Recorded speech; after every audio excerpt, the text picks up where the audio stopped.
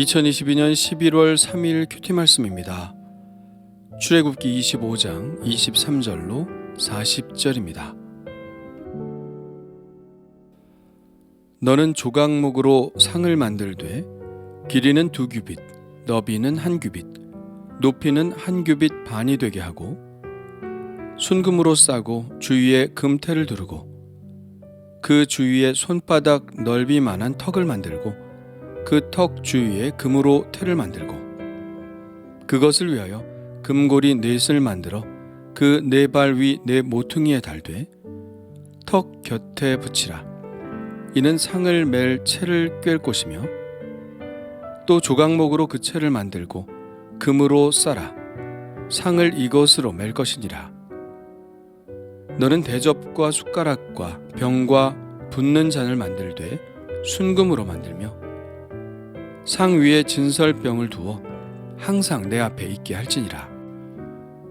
너는 순금으로 등잔대를 쳐 만들되 그 밑판과 줄기와 잔과 꽃받침과 꽃을 한 덩이로 연결하고 가지 6을 등잔대 곁에서 나오게 하되 다른 3가지는 이쪽으로 나오고 다른 3가지는 저쪽으로 나오게 하며 이쪽 가지에 살구꽃 형상의 잔 셋과 꽃받침과 꽃이 있게 하고 저쪽 가지에도 살구꽃 형상의 잔 셋과 꽃받침과 꽃이 있게 하여 등잔대에서 나온 가지 6을 갖게 할지며 등잔대 줄기에는 살구꽃 형상의 잔 넷과 꽃받침과 꽃이 있게 하고 등잔대에서 나온 가지 6을 위하여 꽃받침이 있게 하되 2가지 아래에 한 꽃받침이 있어 줄기와 연결하며 또 2가지 아래에 한 꽃받침이 있어 줄기와 연결하며 또 2가지 아래에 한 꽃받침이 있어 줄기와 연결하게 하고 그 꽃받침과 가지를 줄기와 연결하여 전부를 순금으로 쳐 만들고 등잔 7을 만들어 그 위에 두어 앞을 비추게 하며 그 불집게와 불똥 그릇도 순금으로 만들지니 등잔대와 이 모든 기구를 순금 1달란트로 만들되 너는 삼가 이 산에서 내게 보인 양식대로 할지니라. 아멘.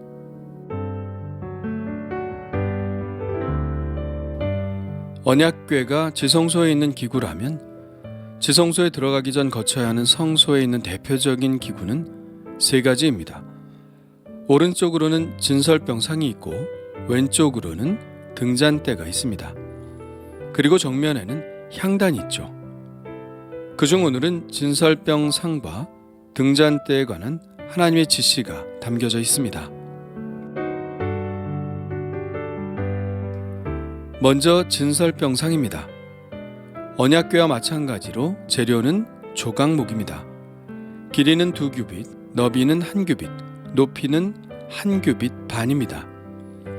어제 살펴본 것처럼 1규빗을 45cm로 따지면 길이는 90cm, 너비는 45cm, 높이는 67.5cm입니다. 그리고 조각목 위에 순금으로 싸고 주위에는 금테를 둘렀죠.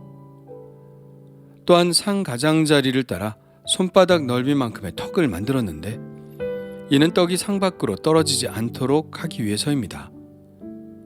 그 턱 주위에도 금테를 둘렀고 언약궤와 마찬가지로 네 모퉁이에 금고리 넷을 만들어 달고 상을 맬 채를 꿰어 제사장들이 메고 다닐 수 있게 했습니다.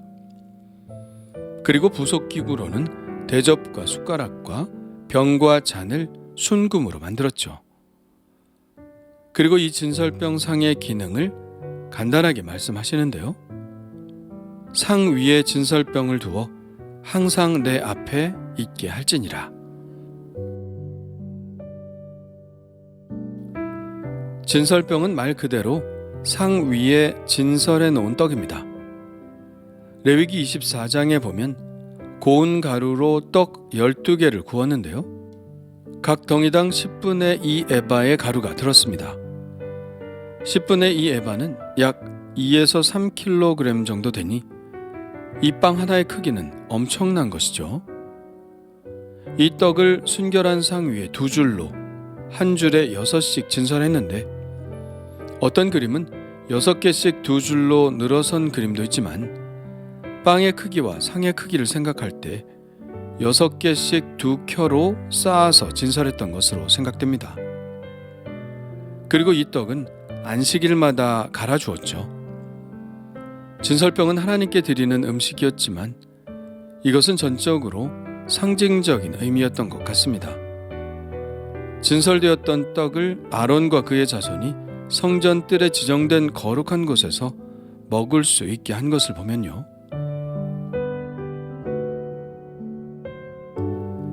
레위기에서는 진설병의 의미를 이렇게 말씀하고 있는데요. 이는 이스라엘 자손을 위한 것이요 영원한 언약이니라. 진설병은 궁극적으로는 하나님을 위한 것이라기보다는 이스라엘 자손을 위한 것이라는 것을 알 수 있죠. 12의 의미도 바로 이스라엘의 12지파를 뜻하는 것이라는 것을 보면 전체 이스라엘이 자신들의 삶을 떡으로 빚어 하나님께 드리면 하나님께서는 그들을 보호하시겠다는 언약의 표시인 것입니다.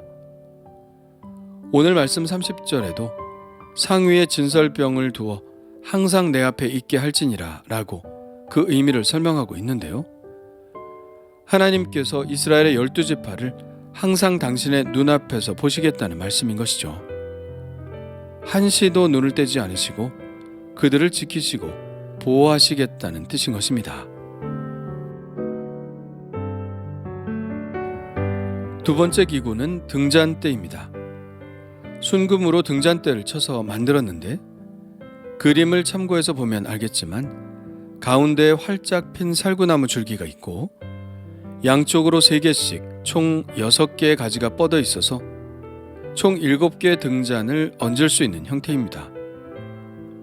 각 가지들에는 3개씩의 살구꽃 형상이 있어 가지에는 총 18개, 그리고 줄기에 4개의 살구꽃 형상까지 총 22개의 살구꽃 형상이 만들어져 있습니다. 살구나무와 살구꽃은 성경에 심심치 않게 등장하는데요. 히브리어로는 샤케드라고 합니다. 우리가 흔히 알고 있는 살구나무라기보다는 아몬드 나무라고 해야 합니다. 창세기에는 감복숭아 나무로도 나타나 있죠. 아몬드 나무는 팔레스타인에서 흔히 볼 수 있는 나무로 우리나라에서는 벚꽃이나 살구꽃이 피면 봄이 오는 것을 느낄 수 있듯이 이스라엘에서는 아몬드 꽃이 피면 봄이 온다는 것을 느낄 수 있는 그런 나무입니다. 그런데 왜 하필 살구나무일까요? 그것은 아마도 말이 주는 어감 때문일 것입니다. 살구나무가 샤케드인데 히브리어로 샤카드는 지키다라는 뜻을 가지고 있습니다. 그래서 살구나무는 하나님의 지키심을 상징하는 나무로 생각되었죠. 하나님도 당신의 불꽃 같은 눈으로 이스라엘을 지키시겠다는 뜻으로 살구나무의 형상으로 등잔대를 만들라고 하셨을 것입니다. 스가랴서에 보면 7등잔대의 의미를 이렇게 설명하고 있습니다. 이 7은 온 세상에 두루 다니는 여호와의 눈이라 하니라. 이 등잔은 하나님의 눈을 의미하고 바로 이렇게 불꽃 같은 눈으로 이스라엘을 지키시겠다는 의미인 것이죠. 그러므로 이 등잔의 의미도 결국은 하나님의 임재를 상징하는 것으로 볼 수 있습니다. 그래서 이스라엘 사람들은 지금도 이 등잔대를 매우 소중하게 생각하고 있습니다.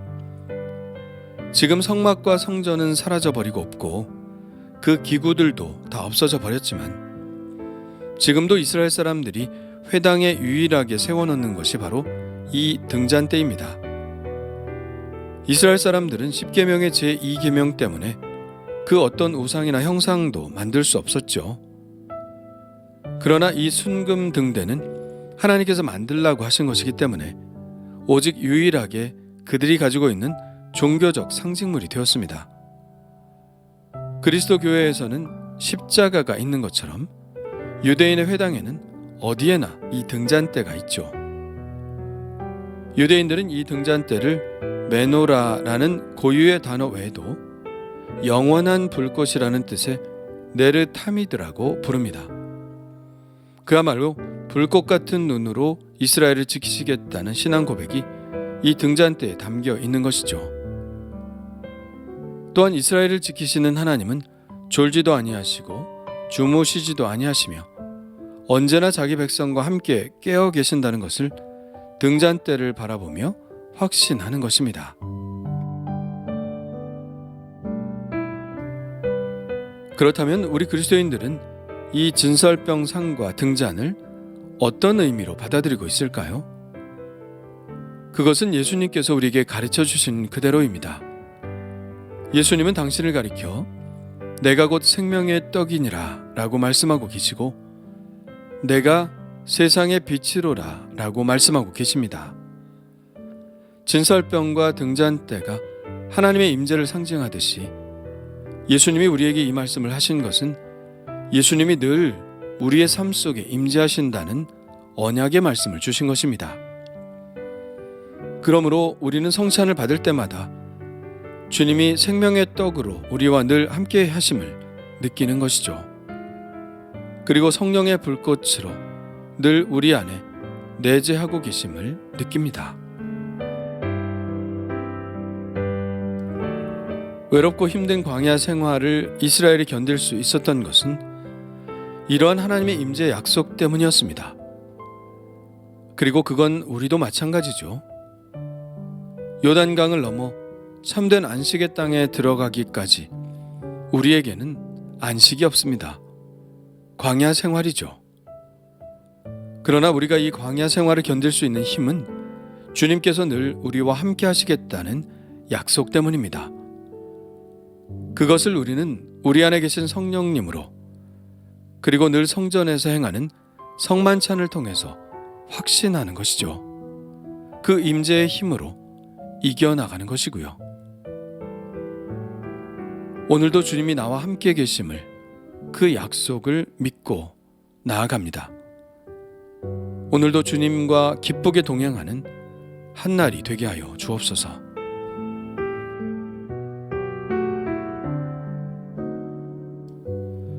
주님 감사합니다. 매 안식일마다 진설병을 드린 것처럼 매 주일 우리의 헌신을 주님께 드리게 하여 주옵소서. 결코 식어지지 않는 떡이 되게 하시고 늘 새로운 은혜로 또 늘 새로운 헌신으로 주님께 드리게 하옵소서. 주님, 성령의 기름이 마르지 않게 하여 주시고 주님을 향하여 늘 불타는 마음이 되게 하여 주옵소서. 기름을 준비한 다섯 처녀처럼 늘 성령의 충만한 삶을 살게 하여 주옵소서. 주님이 생명의 떡이 되어주시고 우리의 삶의 빛이 되어주신 것 감사드립니다. 늘 함께하여 주시고 불꽃 같은 눈으로 지켜주심 감사드립니다. 오늘도 그 확신 속에 주님과 함께 담대한 삶을 살게 하여 주옵소서. 예수님의 이름으로 기도합니다. 아멘.